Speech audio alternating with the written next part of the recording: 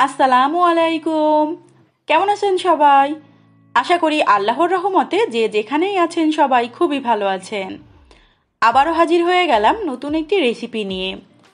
আজকে তৈরি করে দেখাবো একেবারে ঝটপট প্রসেসে মজাদার একটা চিকেন ফ্রাই বা চিকেন পাকোড়ার রেসিপি।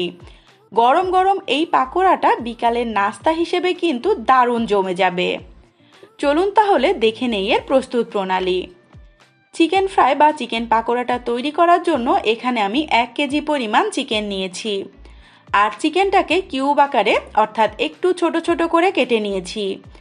আর এই পাকোড়াটা তৈরি করার জন্য আমি এখানে হাড্ডি সহকারে মাংসটা ব্যবহার করেছি। আপনারা চাইলে শুধুমাত্র মুরগির বুকের মাংস দিয়েও কিন্তু এভাবে তৈরি করতে পারেন। প্রথমে এই মাংসটাকে ম্যারিনেট করে নিচ্ছি। দিয়ে দিচ্ছি এখানে 1 টেবিল চামচের মতো লেবুর রস। তার সঙ্গে সঙ্গে অ্যাড করে দিচ্ছি হাফ টেবিল চামচ পরিমাণ রসুন বাটা, 1 চা চামচ পরিমাণ আদা বাটা, দিয়ে দিচ্ছি এখানে স্বাদ মতো লবণ, দিয়ে দিচ্ছি এখানে 1 চামচ পরিমাণ ভাজা জিরার গুঁড়া, 1 চামচ পরিমাণ ধনিয়া গুঁড়া, 1/4 চা চামচ পরিমাণ গরম মশলার গুঁড়া, হাফ টেবিল চামচ পরিমাণ দিয়ে দিচ্ছি শুকনা মরিচের গুঁড়া, 1 চা চামচ পরিমাণ দিয়ে দিচ্ছি চাট মশলা, তারপর দিয়ে দিচ্ছি এখানে স্বাদে ম্যাজিক মশলা। এটা কিন্তু সম্পূর্ণই অপশনাল, চাইলে স্কিপ করা যাবে। 1 টেবিল চামচ পরিমাণ সয়া সস, তার সঙ্গে দিয়ে দিচ্ছি 1 টেবিল চামচ পরিমাণ টমেটো সস। এখন হাত দিয়ে সমস্ত চিকেনটা মশলার সঙ্গে খুব ভালোভাবে মিশিয়ে এভাবেই আমি মোটামুটি 30 মিনিটের মতো রেস্টে রেখে দিব। হাত দিয়ে এভাবে মিশিয়ে নিলে কি হবে, ভালোভাবে চিকেনের ভেতর পর্যন্ত মশলাটা কিন্তু সহজেই ঢুকতে পারবে। এখন একটা প্লেটের সাহায্যে ঢেকে দিয়ে আমি 30 মিনিট পরে ফিরে আসছি। ঠিক 30 মিনিট পর এটাকে আবারও কিছু উপকরণ অ্যাড করে দিচ্ছি এখানে। ফার্স্টেই দিয়ে দিচ্ছি হাফ কাপ পরিমাণ বেসন, তার সঙ্গে দিয়ে দিচ্ছি 2 টেবিল চামচ পরিমাণ কর্নফ্লাওয়ার।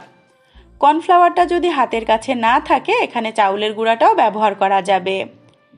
আর অবশ্যই চেষ্টা করবেন কোনো রকম পানি ছাড়া শুধুমাত্র মশলার যে একটা ভেজা ভেজা অর্থাৎ পানি পানি ভাব, সেটা দিয়েই চিকেনটাকে ভালোভাবে মিশিয়ে নেওয়ার। এতে করে চিকেনটা কিন্তু অনেক বেশি ক্রিস্পি হবে। দেখতেই পাচ্ছেন ম্যারিনেট করার পর চিকেনটা ঠিক এরকম টেক্সচার দেখা যাবে। সমস্ত মশলা যাতে চিকেনের গায়ে খুব ভালোভাবে ঢেকে থাকে এমনভাবেই কিন্তু ম্যারিনেট করতে হবে। এখন এটাকে আর রেস্টে রাখার দরকার নেই, সরাসরি আমরা চিকেনটাকে ভেজে নিব। ভাজার জন্য চুলায় আগে থেকে পর্যাপ্ত পরিমাণ তেল আমি গরম করে নিয়েছি। তেলটা যখন হালকা পর্যায়ে গরম হয়ে যাবে সেই পর্যায়ে একে একে আমি চিকেনগুলো দিয়ে দিচ্ছি। যখন চিকেনটা একটু নিচের দিকে শক্ত হয়ে আসবে সেই পর্যায়ে আমি চিকেনটাকে একটা সাইড করে দিয়ে বাকি সাইডেও আমি আবারও চিকেনগুলো অ্যাড করে নিব। প্রথমে এই চিকেনটাকে আমি কিন্তু একবারেই ভেজে নিব, পরবর্তীতে একটু দূরত্ব জায়গা রেখে রেখে আবারও সেকেন্ড টাইম ভাজতে হবে।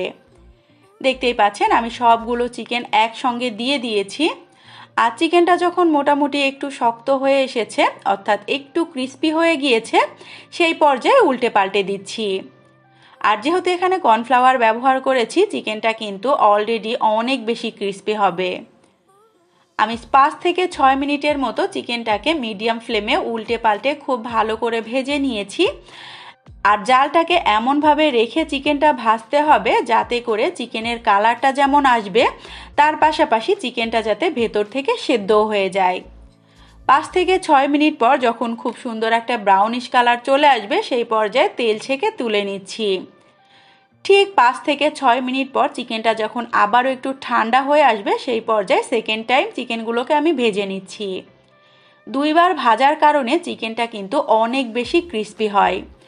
আর এই পর্যায়ে আমি একই সঙ্গে সবগুলো চিকেন দিয়ে দিইনি, 2 ব্যাচে করে আমি চিকেনটাকে উল্টে পাল্টে ভেজে নিব যাতে করে চারি সাইডে চিকেনটা খুব ভালোভাবে ক্রিস্পি হতে পারে। একটা ব্যাচ ভেজে আমি তুলে নিয়েছি, পরবর্তী ব্যাচটাও কিন্তু আমি একই রকমভাবে ভেজে নিব।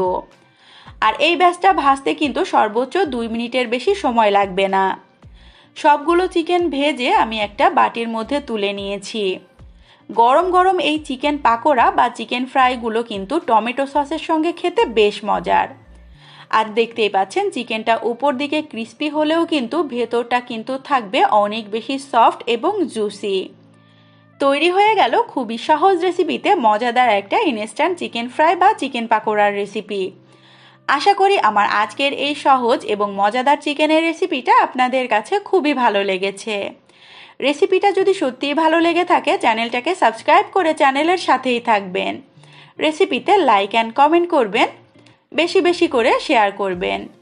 ধন্যবাদ। আল্লাহ হাফেজ সবাইকে। আসসালামু আলাইকুম।